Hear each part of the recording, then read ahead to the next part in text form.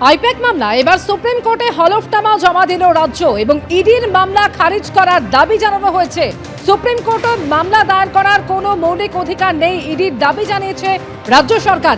সর্বোচ্চ আদালতে হলফনামা জমা দিয়ে ঠিক কি দাবি রাজ্যের, সৌভিক মজুমদার আমাদের জানাবেন। সৌভিক, দেখো, রাজ্য সরকারের এই হলফনামায় প্রাথমিক দাবি হলো যে অবিলম্বে ইডির এই মামলা খারিজ করা হোক। তার কারণ সুপ্রিম কোর্টে এই মামলা দায়ের করার মতো বা দাখিল করার মতো কোনো মৌলিক অধিকার এনফোর্সমেন্ট ডাইরেক্টরেটের নেই। এবং তার পাশাপাশি তাদের বক্তব্য হলো বা রাজ্য সরকারের বক্তব্য হলো যে যখন কলকাতা হাইকোর্টে এই মামলা বিচারাধীন রয়েছে সেই সময় কেন ইডির তরফ থেকে এই মামলা সুপ্রিম কোর্টে করা হলো, সেই প্যারালাল যে দুটো প্রসিডিং অর্থাৎ সমান্তরাল দুটো বিচার প্রক্রিয়া সেটা চলতে পারে না, এটা রাজ্য সরকারের বক্তব্য। এবং তার পাশাপাশি বলা হয়েছে যে এই যে আইপ্যাকের যে অফিস রয়েছে এবং তার পাশাপাশি প্রতীক জৈনের যে বাড়ি রয়েছে অর্থাৎ আইপ্যাকের কর্ণধার প্রতীক জৈনের যে বাড়ি রয়েছে, এই দুটো জায়গায় ইডির তরফ থেকে যেভাবে তল্লাশি অভিযান চালানো হয়েছে সেই গোটা প্রক্রিয়াটা অনৈতিক। এখন রাজ্য সরকারের তরফ থেকে কেন বলা হচ্ছে এই গোটা প্রক্রিয়াটা অনৈতিক, তার কারণ হলো একেবারে সকাল 6টার সময় কোনো রকম আগাম নোটিশ না দিয়ে ইডির আধিকারিকরা এই দুটি জায়গায় হানা দেন এবং তারা দীর্ঘক্ষণ ধরে তল্লাশি অভিযান চালান।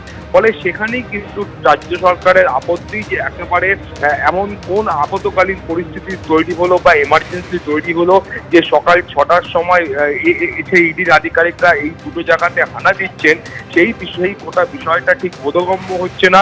তার পাশাপাশি তাদের বক্তব্য হলো এই ধরনের তল্লাশি অভিযান চালাতে গেলে ইডির আধিকারিকদের উচিত ছিল আগে থেকে নোটিশ দিয়ে আগাম নোটিশের প্রেক্ষিতে তারপরে তারা এই দুটি জায়গাতে তল্লাশি অভিযান চালাতে পারতেন।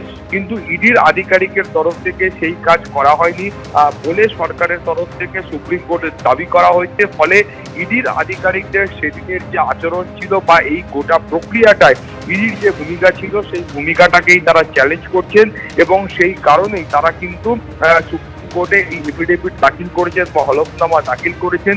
ফলে তুমি জানো যে সুপ্রিম কোর্টের শেষ যে নির্দেশ ছিল সেই নির্দেশ অনুযায়ী আগামীকাল সুপ্রিম কোর্টে এই মামলার শুনানি হওয়ার কথা রয়েছে। ফলে সেখানে যদি শুনানি হয় সেই সময় আজকের যে বক্তব্য বা এফিডেভিট আকারে জমা দেওয়া হয়েছে সেটাই কিন্তু আগামীকাল লিখিত আকারে সেই সাবমিশনও রাজ্য সরকারের তরফ থেকে যারা আইনজীবী আছেন সেই আইনজীবীরা করবেন। কিন্তু তুমি জানো যে এই একই ধরনের বক্তব্য কলকাতা হাইকোর্টেও পেশ করা হয়েছিল, অর্থাৎ যখন মাননীয় বিচারপতি শুভ্রা সৌভিক, তুমি আমাদের সঙ্গে থাকো। এবিপি আনন্দ এগিয়ে থাকে, এগিয়ে রাখে।